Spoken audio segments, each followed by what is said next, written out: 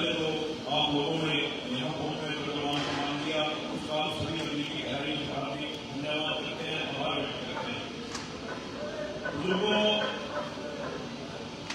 पिछले दिनों पूरे प्रदेश में बड़ा धान घोटाला हुआ, उसको लेकर संगठन ने आवाज उठाई और आज उसी कड़ी में ये 15वां जिला है जहां उस धान घोटाले और अन्य मुद्दों को लेकर धरने और प्रदर्शन चले हुए हैं और प्रशासन के माध्यम से देश के प्रधानमंत्री और मुख्यमंत्री को ज्ञापन दिया जा रहा है। और इसी कड़ी में केंद्र की सरकार ने संज्ञान लिया, परसों के पेपर में था दैनिक ट्रिब्यून में कि हाँ धान घोटाला तो हुआ है। तो साथियों, धान घोटाले की आज सरकार जी के नेतृत्व में जब हमने उठाई, पूरे प्रदेश में धान घोटाला हुआ है तो इसकी आवाज नहीं कर गई।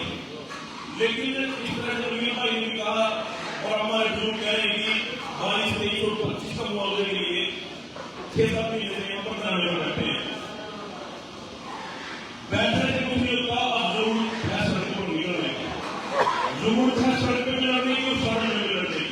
जितने लोग सड़क में गए हैं, जो भारतीय जनता पार्टी के लोग हमसे बात कर नहीं सकते, वो आपकी बात करती है, जो विपक्ष के लोग हैं, पिछले शीतकालीन सत्र गया, एक भी विपक्ष के विधायक ने मुंह में दही जमाली धान घोटाले के बारे में एक शब्द भी लोगों ने नहीं कहा।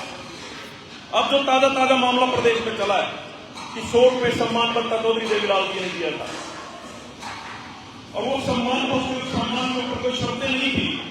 आज इस सरकार ने शर्तें लगा दी कि 3 लाख से ऊपर अगर बुजुर्ग की इनकम होगी तो उसकी पेंशन काट दी जाएगी।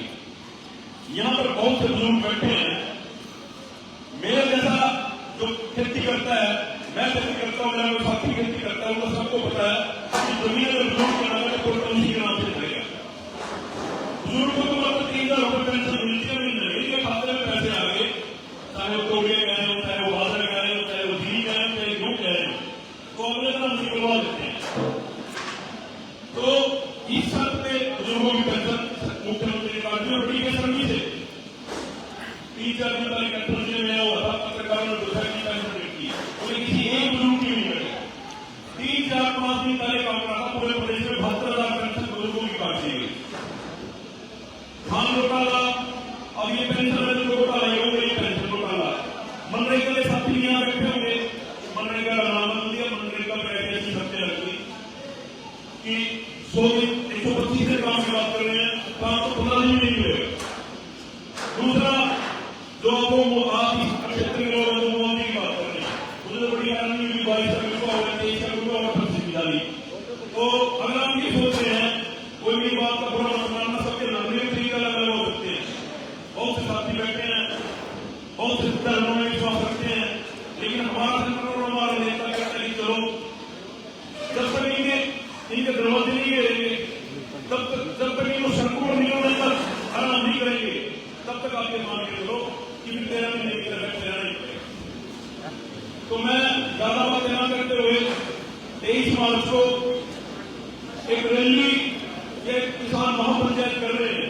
उस महापंचायत का मकसद ये नहीं है कि हम वहां खड़े होंगे, भाषण देंगे, लंगर खाएंगे और अपने घर आ जाएंगे। सरकार को पहले चेतावनी दे रखी है कि पिपली में 23 मार्च को शहीद भगत सिंह के शहादत दिवस पर एक इतनी बड़ी रैली करेंगे, या तो उससे पहले हमारी बहुत सी मांगे तो यही है, या तो ये हमारी मांगे मान लें, नहीं तो फिर वहां से पिपली और दिल्ली चंडीगढ़ हाईवे मात्र 500 किलोमीटर दूर है।